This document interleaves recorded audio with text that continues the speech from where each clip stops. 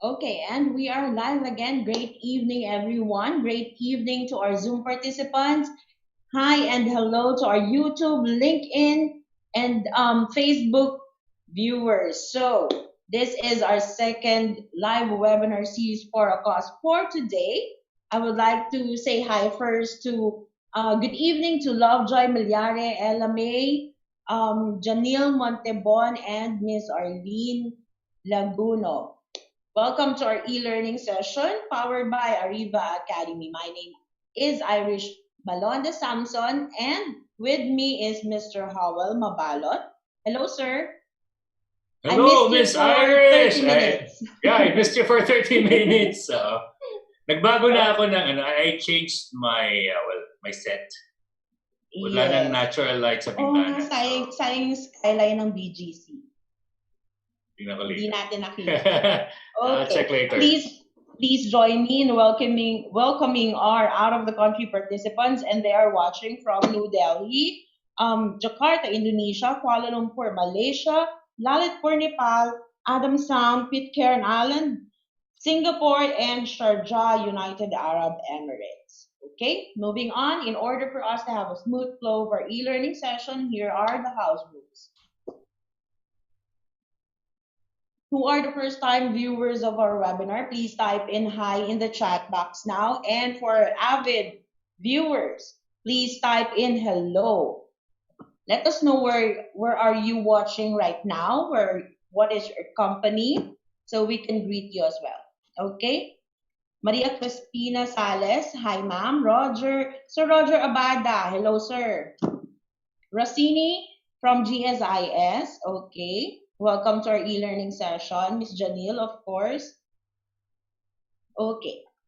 So moving on, let's do an audio check. You will be needing a good quality headset. Please type in 111 to show if you can hear me loud and clear.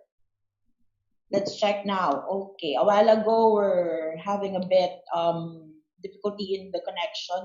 But for now, sir, 111. We are all loud and Wonderful. clear. Hi, Miss Ophelia. Hello again. Okay. Jennifer Ramos. Sharon is here with us again, sir. Miss Sharon. Wow. Okay. That's in attendance. Yes. 222 means you cannot hear us. 2121 means our sound is breaking up or there's a log question mark if you don't understand anything. But so far, 111. Okay. Loud and clear and audible. We will be having a quick break later after the presentation of our guest speaker. And before we move on to our question and answer portion, yes, Miss Sharon, you will be getting an award for best in attendance. Yes. Okay. For question and answer guidelines, participants' microphones will be temporarily disabled by the administrator during discussion to avoid interruptions. Questions will be entertained after each topic of the session. For questions and clarifications during the provided time after each topic, please click the raise hand button for the administrator to enable the microphone for live questions. We will entertain later live questions from our Zoom participants. Take advantage of this. We will be having another global keynote speaker, okay? Type in your questions at the Q&A box. One question at a time will be entertained. For comments and feedback, please scan this QR code. This will be directed to our feedback form. Please help us improve our future service and our future e-learning sessions. Okay? And we are very excited for this e-learning session to discuss gratitude attracts gratitude, encouragement in times of crisis. Mr. Hawa Mabalot, please introduce our global keynote speaker for this evening. Thank you, Miss Irish, for the honor of introducing our global keynote speaker for this evening. He is a co-founder of The Culture Works, a global training company and author of multiple award-winning #1 New York Times, USA Today, and Wall Street Journal bestsellers. All in The Carrot Principle and Leading with Gratitude. In 2020, Global Gurus Research Organization ranked #4 among the world's top leadership experts, and #2 among the world's top organizational culture experts. He is a member of Marshall Goldsmith's hashtag MG100 Global Coaches, member of the Fast Company Impact Council, and serves as a board member for Camp Coral, a nonprofit for the children of wounded and fallen military heroes. Everyone, that's all here from the Apostle of Appreciation, Coach Chester Elton. Hi, Coach. Good morning. Salamut Good. po for having me here. I appreciate it. Salamat po for saying yes. You're broadcasting from which part in the U.S.? I live in Summit, New Jersey. We're right across the river from the most exciting Wow. city in the world, New York City. It is. And you have just overcome the fight against COVID-19. You are doing a great job as of now, I believe so. Yeah, the fight goes on, no question. But the curve has been you have reached the peak Yes. already, and it's going down. The curve is going down. So good morning there, Sir Coach Chester. Great. Would you like me to start sharing my slides now? And we are excited for this webinar with you, Sir Chester. Please do so. Excellent. Great. Let me get to my slides really quickly, and we will check all the right boxes and get to that straight away. Okay. Can everybody see my slides? Yes, sir. Wonderful. Well, Howell, I'm hoping this will be very conversational between you and I would love for the participants to put questions in the chat box. And so the way we present in Zoom, of course, I can't see the chat box. So feel free to interrupt me with questions at any time. I find it's always more engaging if it's conversational as opposed to a lecture. Is that fair enough? It is fair and it's exciting. Thank you, Coach Chester. You got it. Well, listen, I think this, and you hear it often, these unprecedented times, to how do we deal in a crisis? How do we deal with our people? How do we deal with our businesses? I want to talk to you a little bit about my co-author, Adrian Gostic. He's the really good-looking one with the hair, Howell. And together, but you also are good-looking. There you Just go. like Jason Statham. Yeah, he's also the brains behind the partnership, I will admit. He and I have been studying workplace culture and leadership for just over 20 years. These are some of the books we've written: The Carrot Principle, All In, What Motivates Me, The Best Team Wins. I'll be talking to you most about All In, which is the culture book, and Leading with Gratitude, and why it's so critical, particularly in hard times. Now, in our research that we conducted and published in our book, All In, we came up with what we call an all-in cultural roadmap.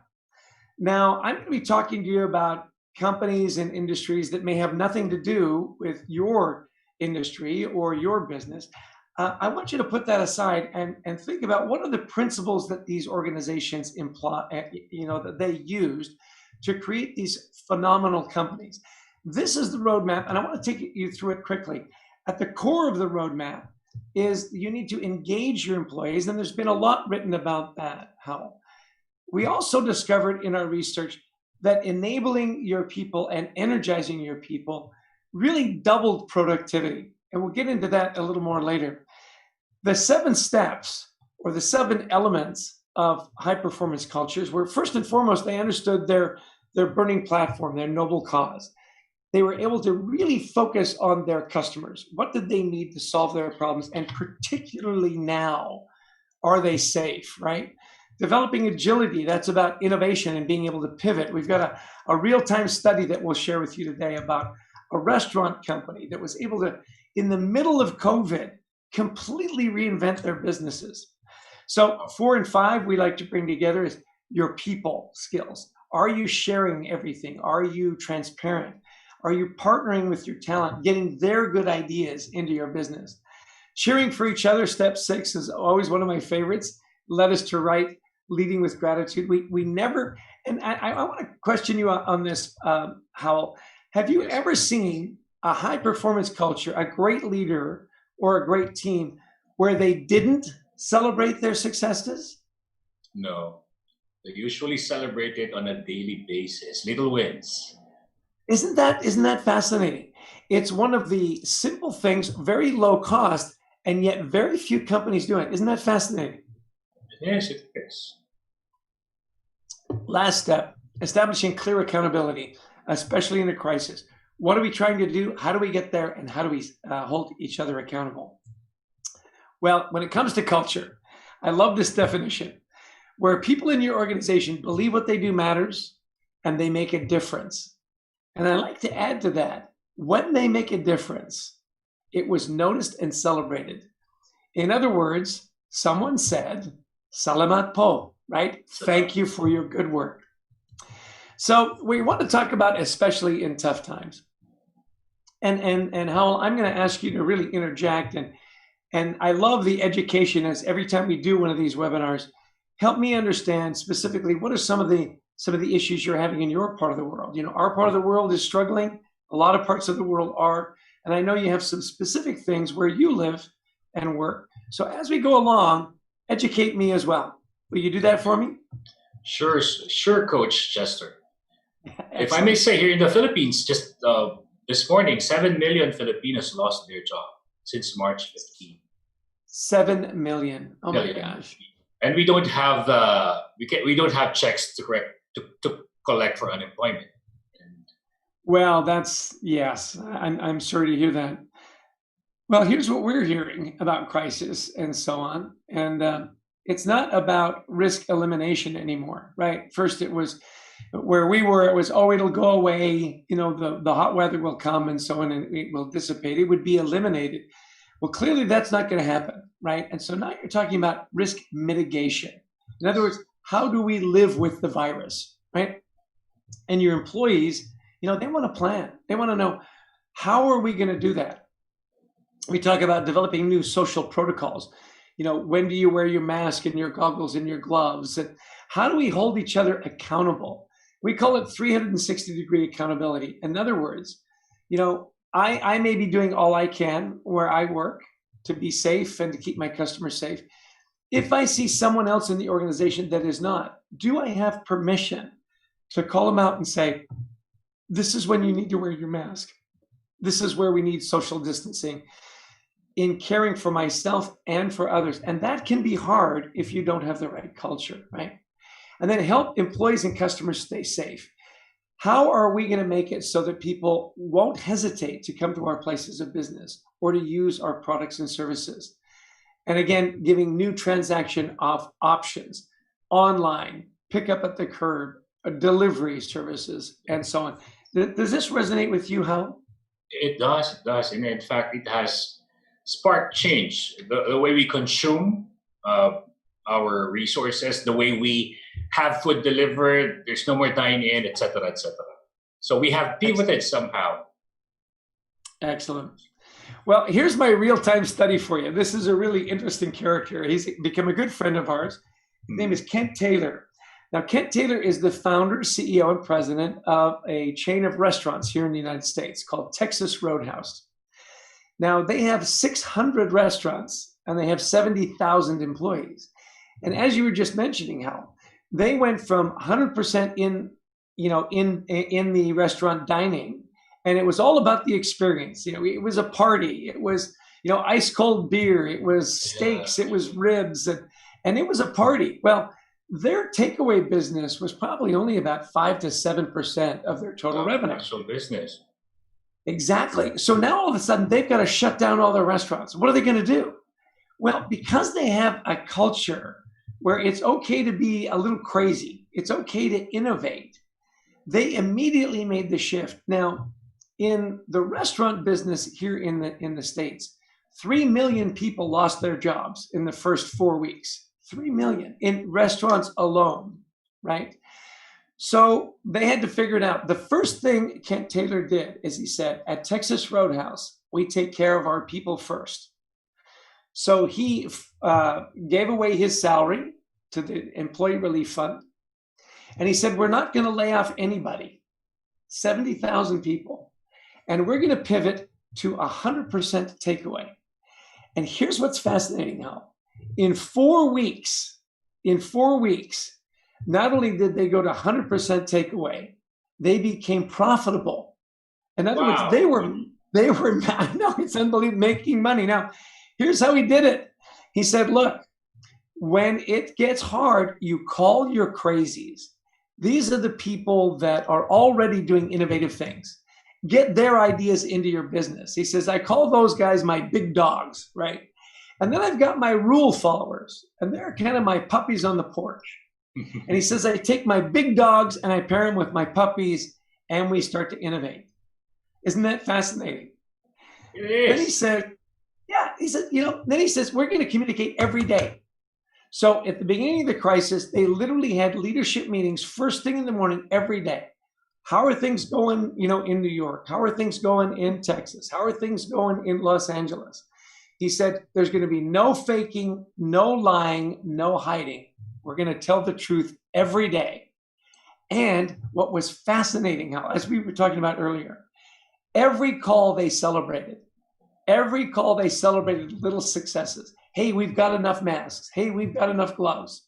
Now, the picture in the upper right-hand corner, so there's the restaurant in the background. One of the things they do in their restaurants is they do this country-style line dancing. And it's hilarious, right? So what they said is, we're going to give you service with a heart 6 feet apart. So instead of dancing inside the restaurant, they danced in the parking lot. They made the parking lot where they had the party. Isn't that fascinating? Wonderful. In fact, Coach Chester, if I may, we have Texas Roadhouse here in BGC where I live. You know what? That's right. I forgot. They've got some international places. We have Texas Roadhouse. We have those line dancing, and we have great steaks. And thank you for letting us have and enjoy that. Well, here's what happens when you pivot in a crisis and you have a culture that allows you to do that, right? Not only did they become profitable in 4 weeks, they actually were able to pay their employees a bonus for showing up in the crisis. And they, in fact, are looking for people to hire because they need more employees to satisfy the demand. Here's one of their a couple of their numbers. 60%. They're all actually as of yesterday. We were on the call. They are at almost 75% of pre-COVID sales. Now, one of the ideas they had, and you'll see the picture on the right-hand side, they said, look, people need meat. The grocery stores were running out of meat. Yes. And they said, you know what? We've got a lot of meat. Let's sell it in what we call a farmer's market. Down in North Carolina, they had lines of cars. People waited over 4 hours. What? And the restaurant owner there, he said, it wasn't just my best day of the COVID. It was the best day in the history of this restaurant. It was so profitable. And the PR and the goodwill and so on, and that's a great culture. Well, we want to make this kind of interactive. So if you can watch the chat box for me, Hal. One of our favorite cultures to study, and in our book, Leading with Gratitude, we start with this story, is WD-40. Now, do you have WD-40 in we have that here in the Philippines. Yeah, we have that here. If it squeaks, you put WD-40 on it. Right?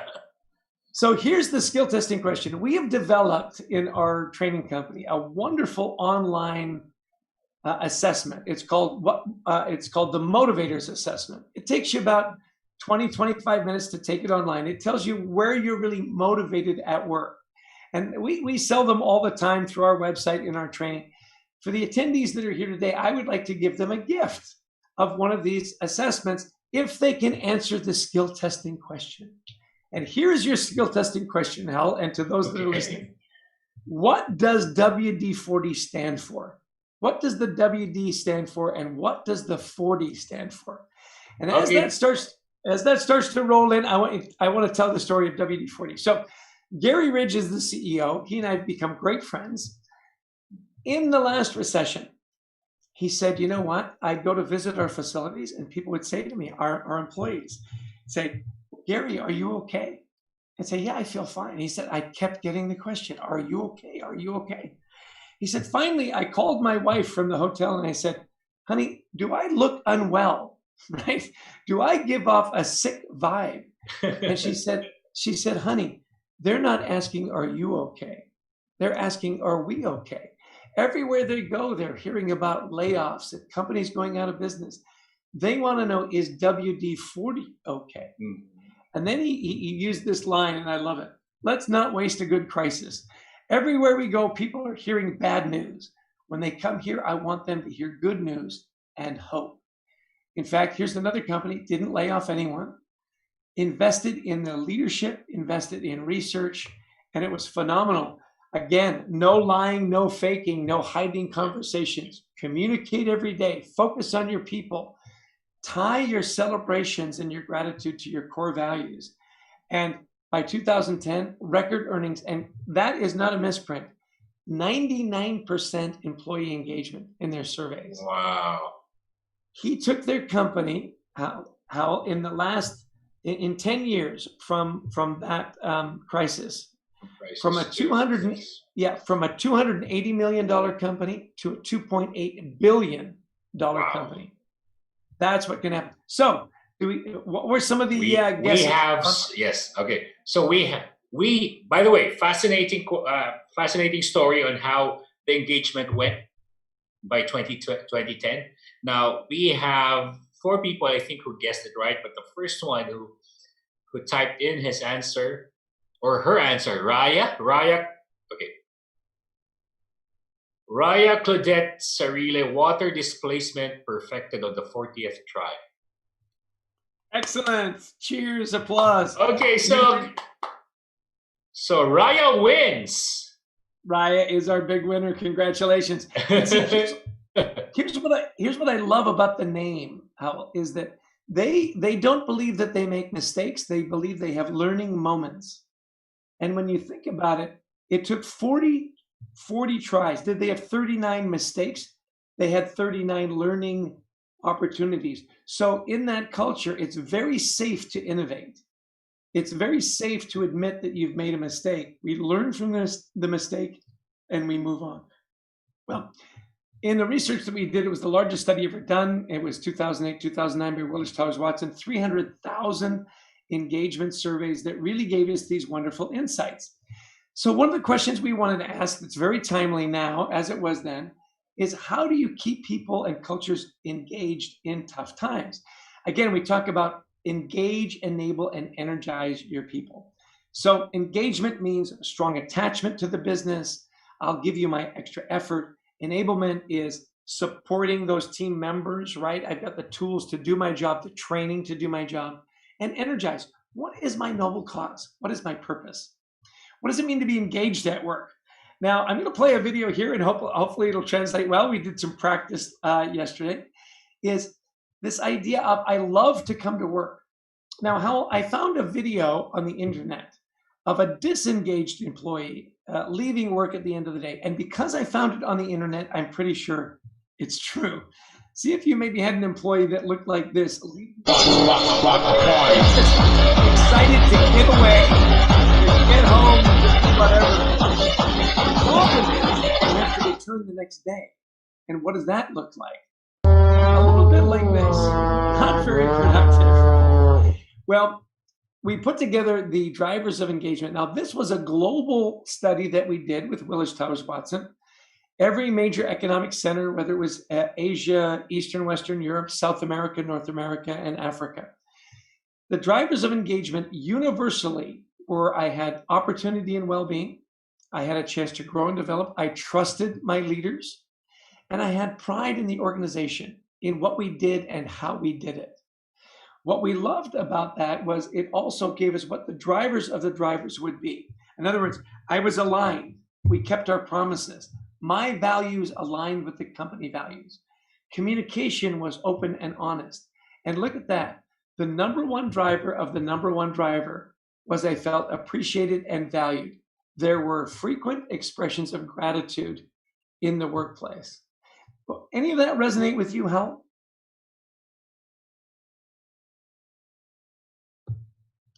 Hello? Have I lost you? Coach Chester, I think we lost the connection with Sir Howell, but don't worry, move on. Okay. Irish, you're here for me. Is that right? Irish, you get a feeling? All throughout our presentation, don't worry, Coach Chester. You got it. So we said, what does it mean to be enabled at work? I love this article that was printed in the Wall Street Journal about the Disney World, right? This couple goes to Disney World. They've got a son who's autistic. And they loved Disney, and yet they'd never been able to stay the whole time at Disney because loud noises and big crowds would be disruptive for him. So as they get there early one morning, their son says, "Hey, Mom, can I get a purple Mickey balloon?" And she has an idea, and she says, "You know what? If you can stay the whole day right to the fireworks at the end, I will get you that purple Mickey balloon." And he says, "Deal." So the whole day, she said, it was the best day we'd ever had at Disney World. The crowds didn't bother him. The noise didn't bother him. And then at the end of the day, he reminded her, "Mom, can I get a purple Mickey balloon?" And she said, "Absolutely." So she goes to the one little store where the balloons are being sold, and they have lots of balloons, but no purple. Second kiosk, lots of balloons, no purple. Third kiosk, no purple balloons. Now, if you have no children and whatnot that are on that autism scale, it's purple. You can't substitute the yellow, the pink, or the blue. And she starts to get very upset. Well, one of the employees at Disney World, and they call themselves cast members, sees her distress and comes to say, "How can I help?" And she starts to tell the story of the purple Mickey balloon. And she breaks down and cries. Well, the employee says, "No problem, I've got this."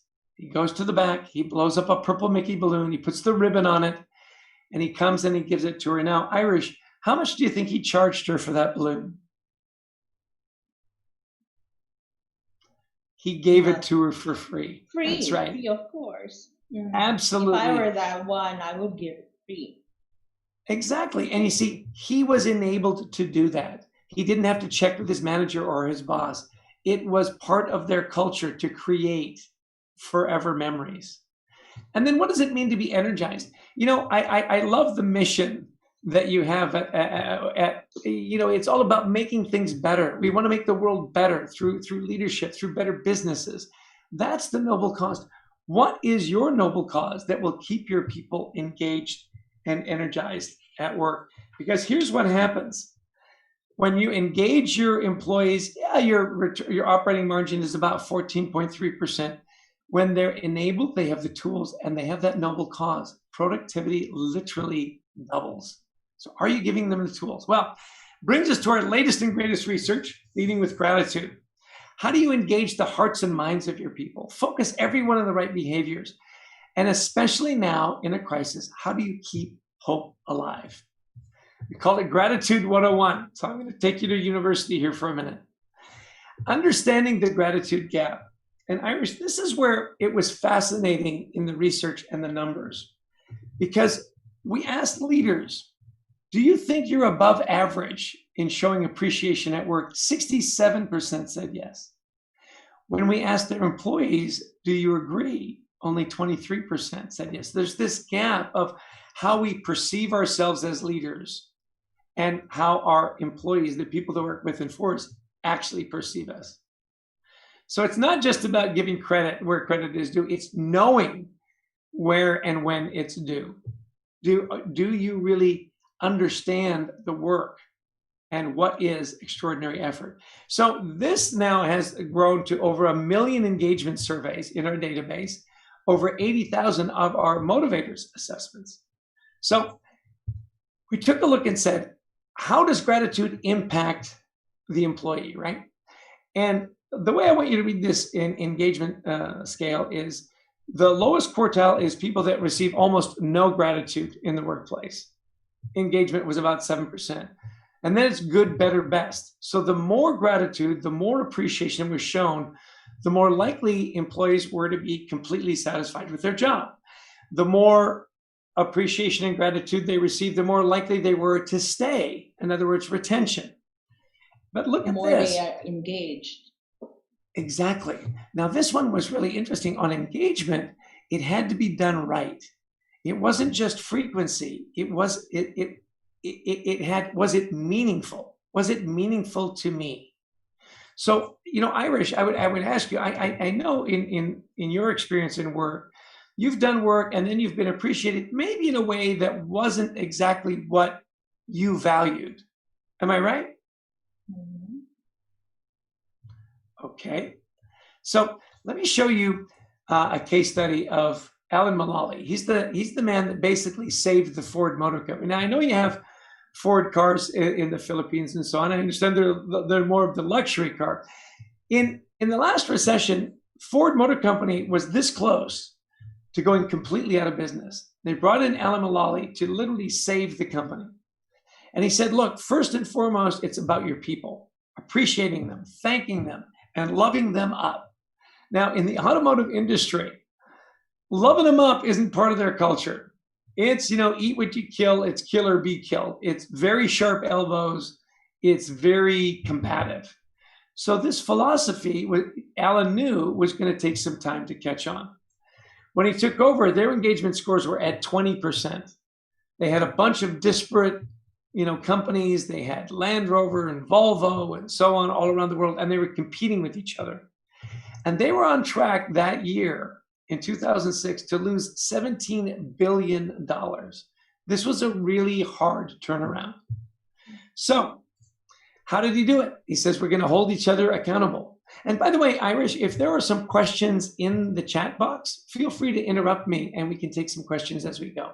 Fair enough? Coach. So guys, please type in your questions now. I know a few people have raised their hands and that's more than appropriate. So what he said was this, look, we're going to hold each other accountable. We're going to meet every week. If your project is on track, it's green. If it's needs some help, it's yellow. And if you're stuck and need help, it's red. First meeting he has, Irish, all the charts are green.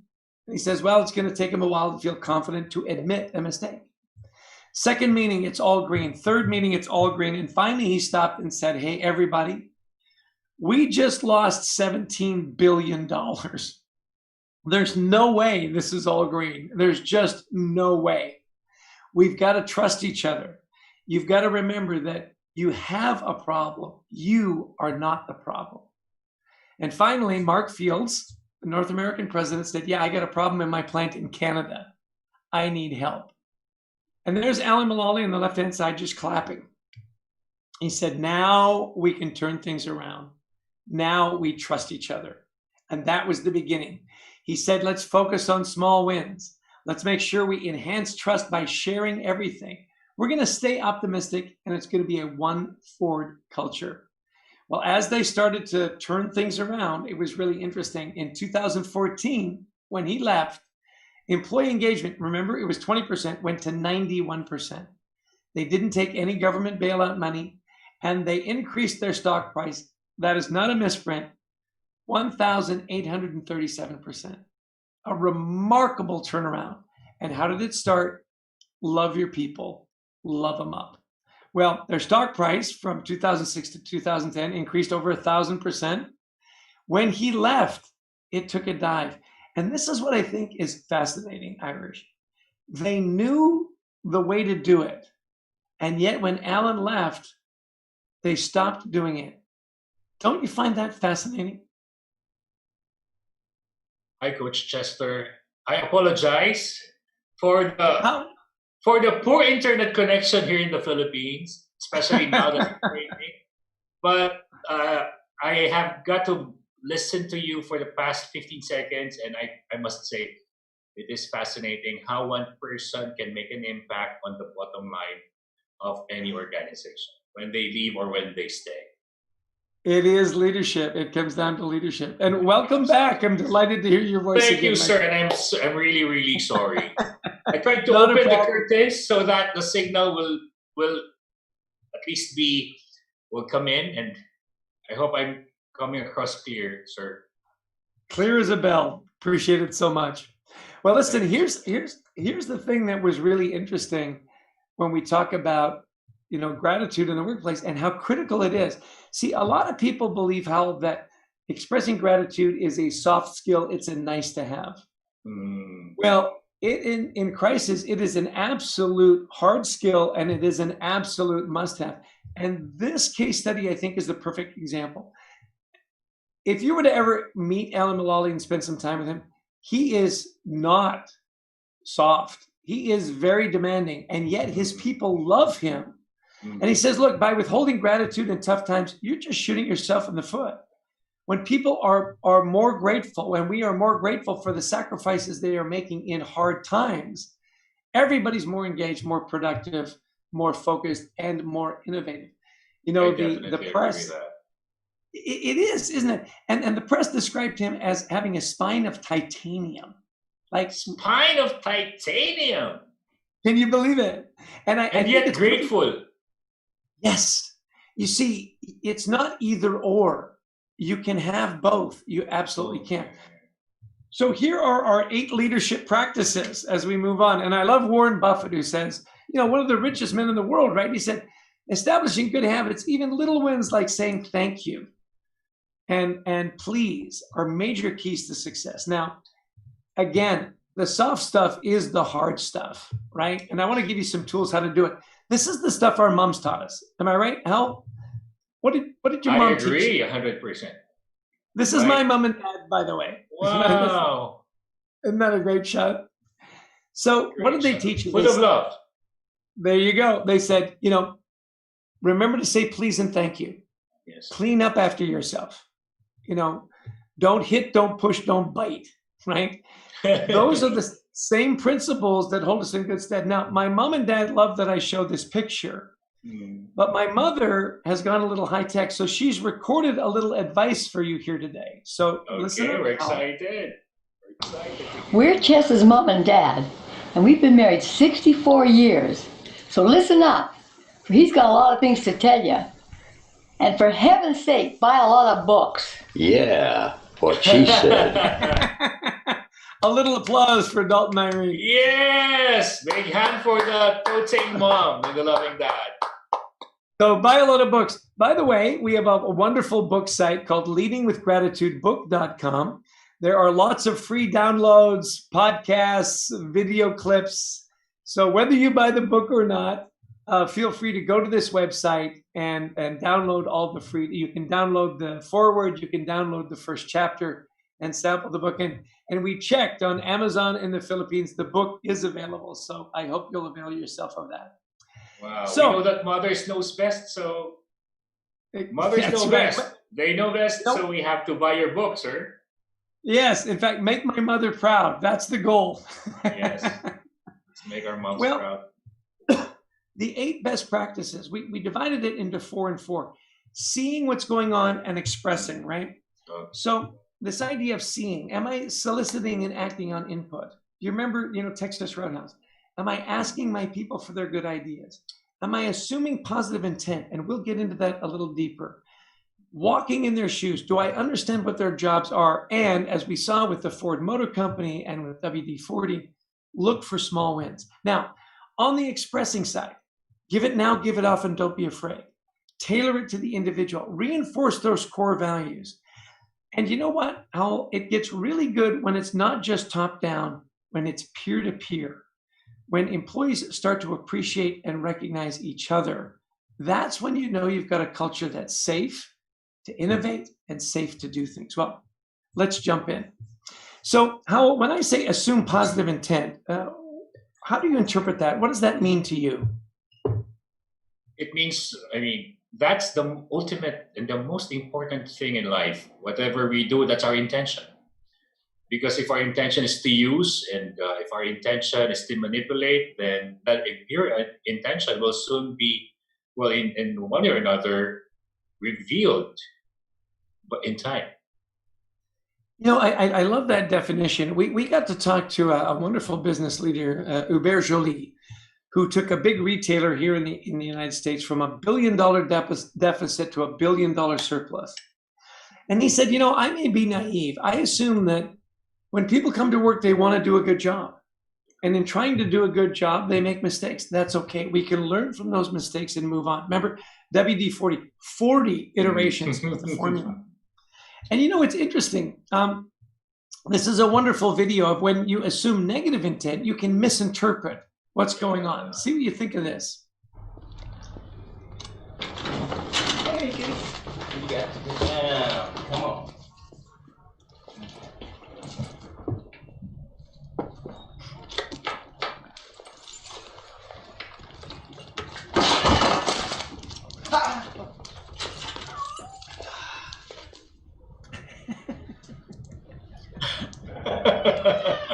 a little bit of a misinterpretation. Oh. Right? When you assume negative intent, you take offense as a leader. I love this. You know, when you say, hey, can I talk to you for a minute? Hey, just drop everything. Just come talk to me. The first thought that goes through your head isn't positive. It's negative. And you know how with a hand gesture. That's right. That's right. Hey, you. So, you know, it's interesting. My father had a saying, and I loved it. He said, you have to choose to be offended. And I thought that was interesting. You have to choose to be offended.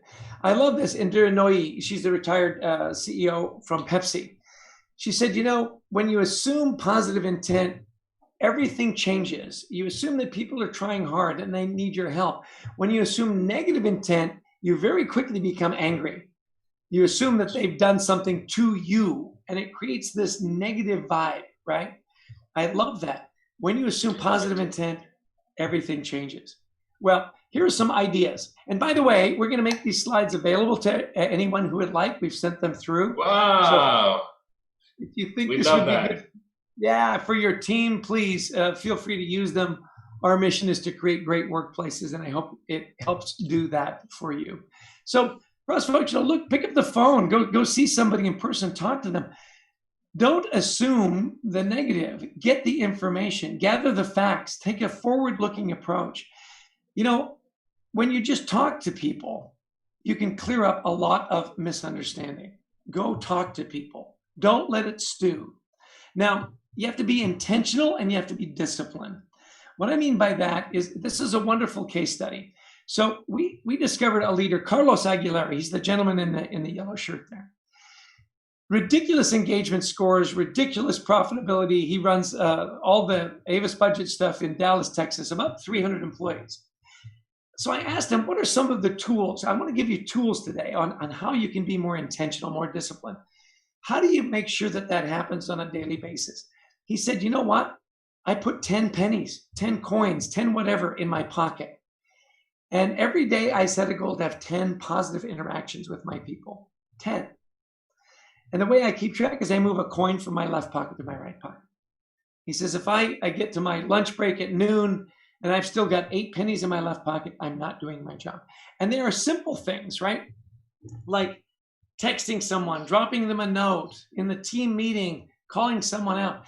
Avis, as an organization, loved it so much, they went on a bus tour all over North America. And the message to their employees were these banners they put up everywhere. You are appreciated. It starts with the employee. Now, Howell, I love this banner. I also thought it was kind of hilarious that they put it underneath barbed wire. We love you. You can't leave, but we love you. So here's the message, and see if this resonates with you, that the customer experience will never exceed the employee experience.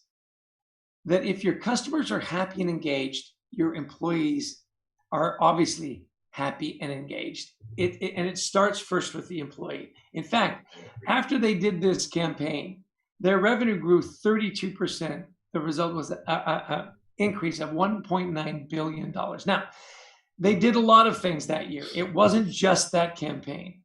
What I loved is that they actually highlighted it in their annual report that it was a major factor in growing their business. So Howell, what I'm hoping our listeners are taking away today is, yes, it's a nice thing to do. It will make your employees feel good. It's also absolutely rock solid good business if you want to attract good employees and grow your business. Do you agree? I agree 101%. I agree. Okay, so here we're going to give away another motivators assessment. So Howell, I want you to pick somebody out from our group that are there. And if they can successfully answer this skill testing question, what is the positive to negative ratio in a workplace for it to be positive? We will give them a motivators assessment. Have you picked someone out? To answer this already, or okay. Dear participants, please type here. Zoom. Okay, so here it is. Positive to negative. Is it a 1-to-1 ratio? Is it a 2-to-1 ratio? Is it a 3-to-1 ratio? or is it 5-1? Intuitively, which one would you go with here, Hal? I would, of course, it's D. Yeah, there you go. You know what? It's so obvious, and I want so many people to have this little tool to, understand their motivators. You know what? I think we're just going to give a motivators assessment to everybody. What do you think about that? Let's do that. And I think all of them said D. Perfect. 5-1. We have winners everywhere. We have winners. All of them win. Here's what's really interesting. Carlos didn't know this. The Harvard School of Business did a study. They said it's actually 5.6 to 1. You could round it up to 6. And now we get from assuming positive intent, look for those small wins. If you've ever bowled, it's really interesting. You actually don't aim for the pins. You aim for the arrows. That shorter term goal that helps you get to it. That's what increases your score and your bowling ability. I want to tell you a story of a football team in Toronto, Canada. Bill Manning is one of our favorite leaders. Toronto FC, when he took over, they were dismal. They'd never won the Supporters' Shield. They'd never won the Cup. They'd never even made the playoffs. From 2014 to 2017, he took them from bottom of the league to champions. That's Bill down in the lower right. I love his haircut. We have that in common.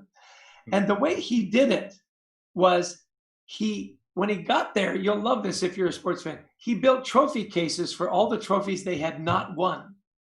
So that as people came in, they'd say, our goal is to put a trophy in that case. Look for the small wins. Now, praise effort, reward results. Some leaders will say, well, if we're praising all the time, won't people get an inflated view of themselves? Well, see, what you want to do is you want to praise the effort so they'll try again so that you can reward the results. Now, gratitude doesn't keep. So I would encourage you that when you see something good, recognize it now. The closer the recognition is to the behavior, the more likely it is to be repeated, right? So here's another skill testing question, and this one's just for you, okay, Hal? Because everybody's got the motivators. Okay. Just for you. 10,000 people were surveyed, and they were asked this question: do you know how to ride a bike? So give me a number, not a percentage. How many people do you think said, I do not know how to ride a bike, out of 10,000 people? Give me a number. Percent. Around 3? No, a number, not a percent. So okay. But somebody says it's 60 out of 10,000. I might say if it's out of 60 is high. 60 is high. Okay, I'll do one. Only one person? No, just too low? One, not a percentage, number of people. So 1 is too low, 60 is too high. Keep going. Okay. Okay, so I'll be answering 25, 10, 2, 5. 5 is high, 2 is low. It's 3. 3 is the right answer. Yes, I got it. And Sharon Oliveras got it as well. Congratulations. Miss Irish also got it. We all got it. That's so here's what's 10,000 people.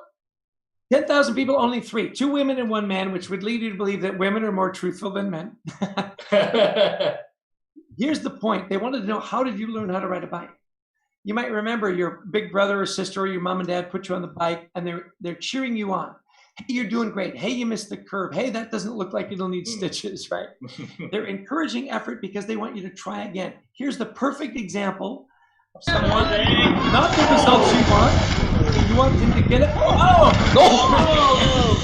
Right? Because as you then try again, you win the trophy. I know basketball is huge in the Philippines. In the Philippines, it is. And it was so and may sad. He rest in peace. Yes. And I loved Kobe Bryant. I loved his passion, the way he played the game, his championship trophies. I grew up in Canada, and the sport in Canada that is number 1 is hockey. Ice hockey. This is a great trophy. I think this one is a little better. The point is, to get to the championship, it takes a lot of practice. And I've never met a great athlete, a great team, where they didn't cheer along the way. Hey, great practice. Hey, great effort. So that ultimately they could get to the championship trophy. Well, tailor it to the individual. Quick story.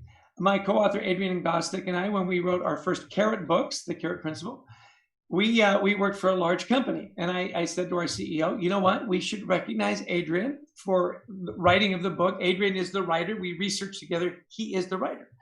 So I said, look, let's take him to the big annual banquet, right? Let's present him a watch. I noticed he didn't wear a watch. It'll be wonderful. He'll meet people he's never met. It'll be a big gala banquet. It'll be after hours in the evening. He will love it.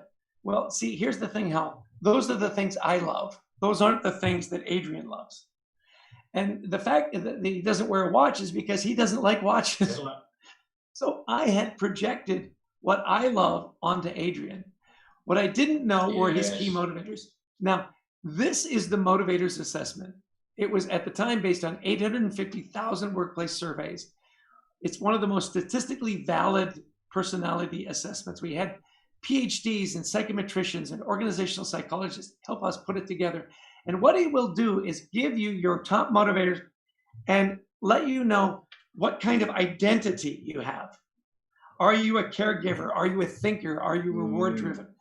And this is a sample of the report. It rank orders all 23 of your key motivators. Now, when you understand your people's motivation, you can better put them in a position to succeed. When your team understands your motivators, communication is better, team building is better. And here's how you get it. Just drop a note, a simple email to Christy at thecultureworks.com, and she will send you a fun little digital package around, what are some of the ways you can use this assessment? Here's the code for you to use it with you and your team.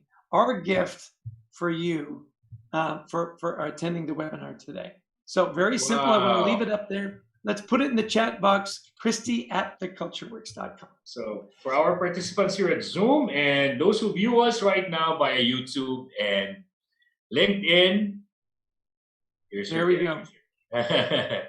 Excellent. Christy at thecultureworks.com. Yep, Christy at thecultureworks.com. Now, again, just quick review. Are you seeing what's going on? And are you expressing that recognition in a way that is meaningful? Now, we didn't have time to go through everything. I hope you'll go to our website, leadingwithgratitudebook.com. There are more tips there. And the roadmap to all of this is published in our book, Leading with Gratitude. Now, as we wrap up, and I want to save some time for questions, this is my favorite data point of all time, is that when you are happy and engaged at work, you are 150% more likely to be happy and engaged in your personal life. In fact, we really encourage people to take it home. In the book at the end, we have what we call the Baker's Dozen, 13 ways for you to take it home. Now, in your academy, I love this. It's all about being better. We didn't study any leaders that practiced leading with gratitude in their organizations that didn't also take it home. Here's one that I want to highlight for you that I thought was just so lovely. A good friend of ours, Dave Kirpin, who lives in New York City, he says, when we have dinner with the family, with our kids, we'd always try to make it engaging, right? We'd say, how was school? They'd say, fine. What did you learn? Nothing, right? So he said, we changed it to 3 things or 3 questions you have to answer at every dinner. And the first question is, what was the best part of your day? Secondly, who are you grateful for who's not at the table? And lastly, who are you grateful for at the table who hasn't been thanked yet? He said it changed everything in our dinners. It changed attitudes. You get to brag about your day, talk about your friends, and love somebody in your family. We talk about serving together and teaching kids to give, particularly now. There's a lot of people that need help. Are you going to be the helpers? Are you going to be those that make a difference? How I love in my coaching of executives, particularly now, I ask them, how do you want to be remembered? As the COVID goes through and we recover, and eventually it will pass, when you look back at how you led, how you interacted with your customers, your employees, your communities, how do you want to be remembered? Do you want to be remembered as the leader that helped, that made a difference, that gave people hope? I hope so. I hope so. Well, last story really quickly. Max Dupree, we highlighted Max in one of our other books, and he just recently passed away. And he ran this huge furniture company.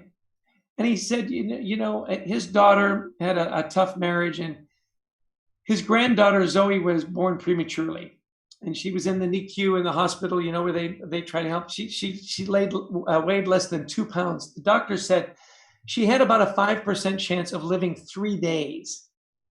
So as he showed up, and the husband was absent, he'd left the family. It was really a really tough situation. This wise old nurse took Max aside and said, Max, there's no father present. You need to be the father.